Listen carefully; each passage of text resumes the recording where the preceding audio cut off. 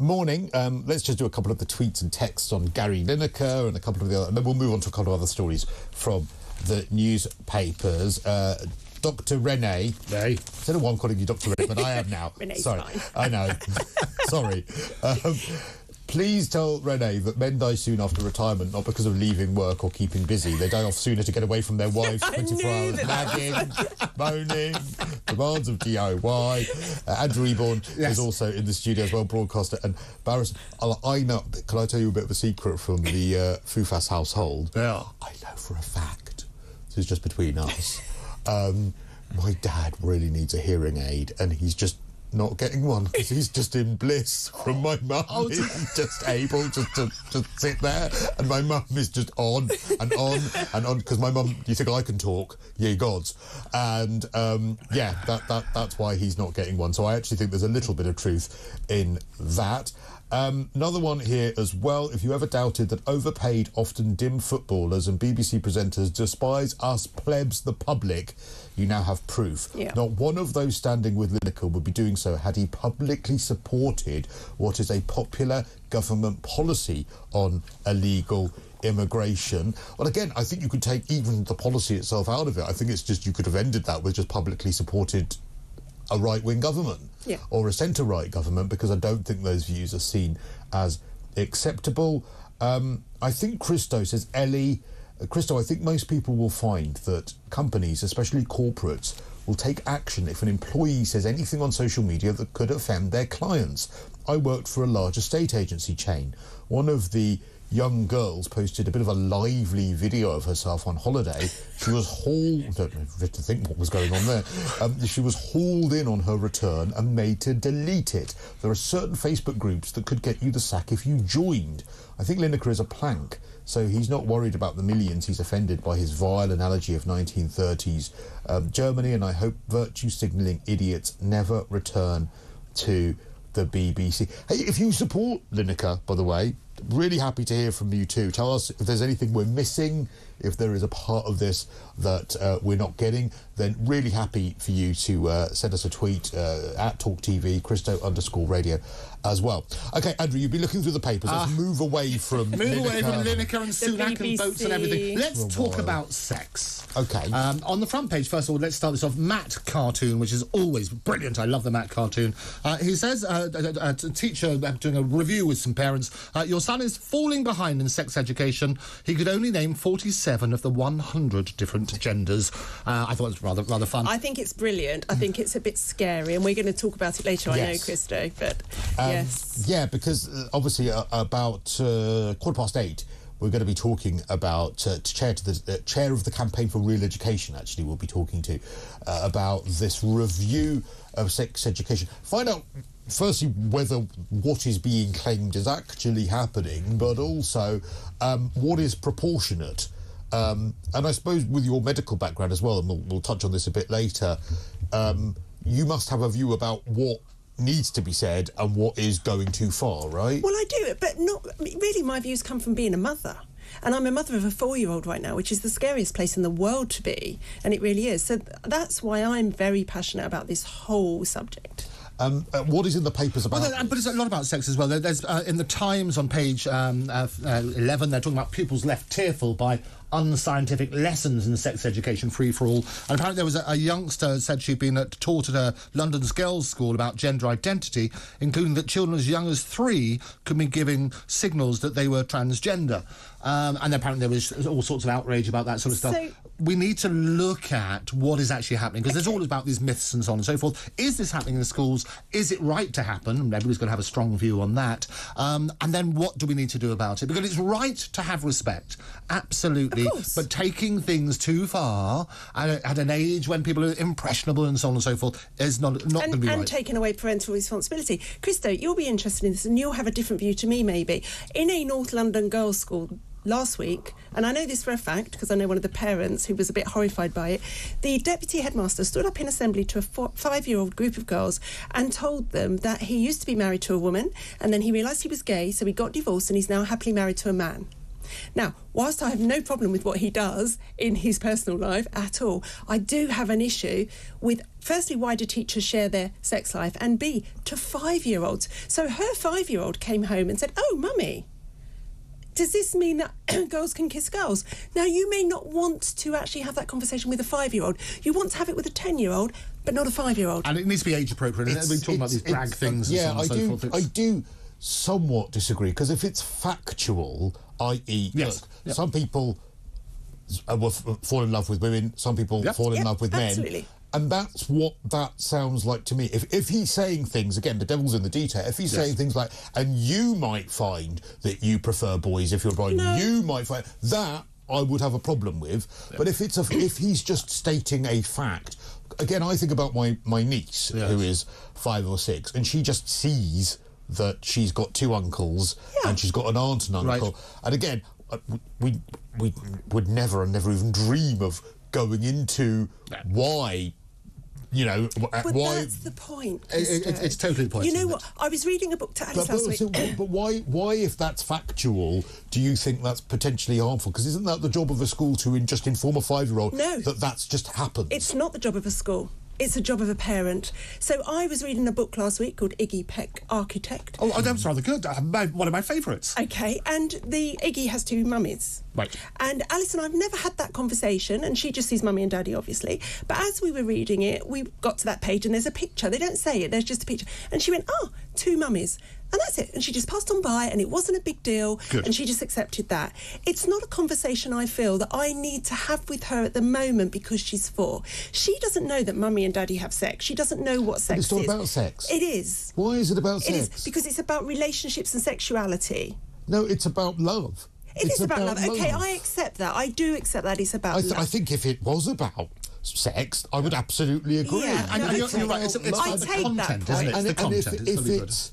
If it is in the context of love, I've no issue with a 5-year-old hearing it. If it's in the context, you're quite right. If it is about sex... Should they be hearing it from their teacher in an assembly? About his home life? What's the context of why did that come up? Yeah. Why did that come up? I can't answer that, so I'm not going to pretend. And you're looking at things when we're talking about differences that cause division. And what happens is it becomes part of the narrative that there are... Celebrate differences, it's fine, but it's about the context and the content of what you say. Alice has a brother who's brown and she's as blonde and blue-eyed as they come. She doesn't notice. Exactly. He's her brother. Get rid of that, because then you get rid of prejudice. But as Cristo rightly says, it's about the context and what's actually said. But also, how would you... And I completely respect where you're coming from, and I think that there is a line, and I think what's the problem nowadays is where that line is. I've changed my view on something, actually. You know, we argued off air, I think, about drag queen story time. There you go. And I think that some of that actually is crossing a line. But how would you then, if there was a 5-year-old who is in that school and they have 2 mummies and 2 daddies, yet there are other children who have a mummy and daddy? The parents. But what if the parents don't? But so not all parents are good. I agree. Or carry their own prejudice. I agree, and I knew that would be the counter-argument. But I'm a good parent, and I don't want my child being taken under someone else's parental wing because there are bad parents. But what do you fear would happen to a 5-year-old by hearing that? What I fear is that they come home and ask questions that you as a parent are not ready. You feel they're too young. And then we see it morphing into sex education lessons. And what age is appropriate for a 5-year-old to hear that 2 men might be in love? But he didn't say. He just talked about marriage. He talked about his old that 2 marriage. men are married, or that some people are married to women and some people are married to men. And I say this with love. To me, your 5-year-old coming home and asking you that question and you having to answer it, that's parenting.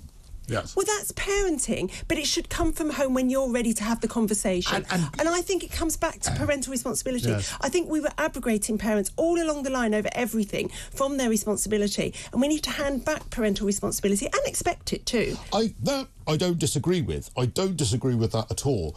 If it's in the context that you just outlined, I don't see an issue with it. I see why you have an issue with the fact that it removes some of your autonomy, and that I actually get.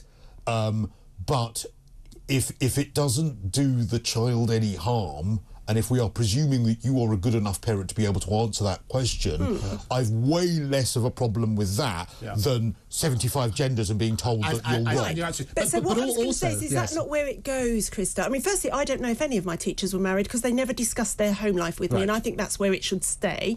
Secondly, it then morphs into where are we going to this story? But Renee, just picking up on that point, you are, however, happy, because you actually agree, I'll be the devil's advocate, you're actually happy that children do understand that two women can love each other. I think you just want to make the decision. And then we all agree. Look, there we are, the peacemaker. We'll make that make sense. Yeah.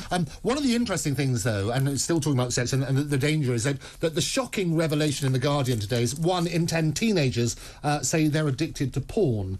And I think if you're going to put all these sort of things into context, there has to be love at the heart of everything. And that's quite a worrying statistic. And it's where we as a society, whether it's the parents or the school or whatever, we need to crack down on this. And the biggest problem is it's access to everything. These phones nowadays, it's access, isn't it? I wouldn't allow my child to have a phone unsupervised until they're about 18. I actually agree. Now, again, to what extent does reasonable and balanced sex education actually, at an earlier age, stop that happening?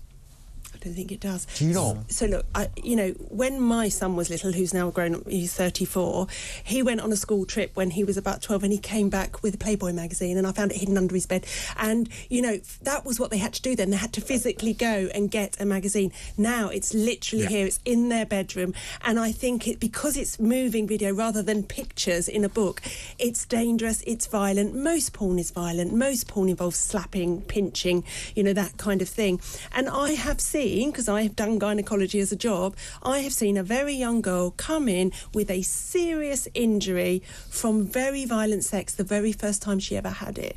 Because I think, that's where children are learning it. That's where the boy was learning what sex is. But then again, to me, that is the counterpoint to your argument about parents who aren't good enough, because because that's terrible parenting. If the school doesn't give a proportionate amount of sex education, then that boy that did that heinous act is going to have learned it from a porn video. Yeah. So I'm way more in favour of a school at least saying something proportionately than a child learning it that way. But it's got to be more than just the physical act, doesn't it? And it's going back to the brilliant point that you made earlier. That's what I'm saying. So if you talk about relationships and how people can love one another but treat them with respect, that then becomes part of the narrative. As soon as you ban something, it becomes, we've got to go and do this. And it's not just the person with the mobile phone. They can be sharing other images and they all get a misunderstanding of what everything's about. It's about love. We all had probably similar sex education at school. I think my first one was when I was about 12 in senior school. I remember watching a video of a woman give birth saying, I'm never, ever, ever doing that. It was so hideous. I said the same thing. We got taught how to put on condoms on bananas and things like that. It was very basic, wasn't it? It was about sex, keeping yourself safe and stopping yourself from getting pregnant. That was basically it. Now we're moving into the realms of teaching children about anal sex, how to choke someone safely. And it's wrong. But what I will say, and I agree on that stuff, we all agree. I just think of what I was like at age of 10 or 11 at school, and how much when I was getting all this sex education, it might have made a difference to my life to just have known that there might be two guys that might be in love. And that, oh my God, because I just felt like I was an alien. You have made me think about this as well.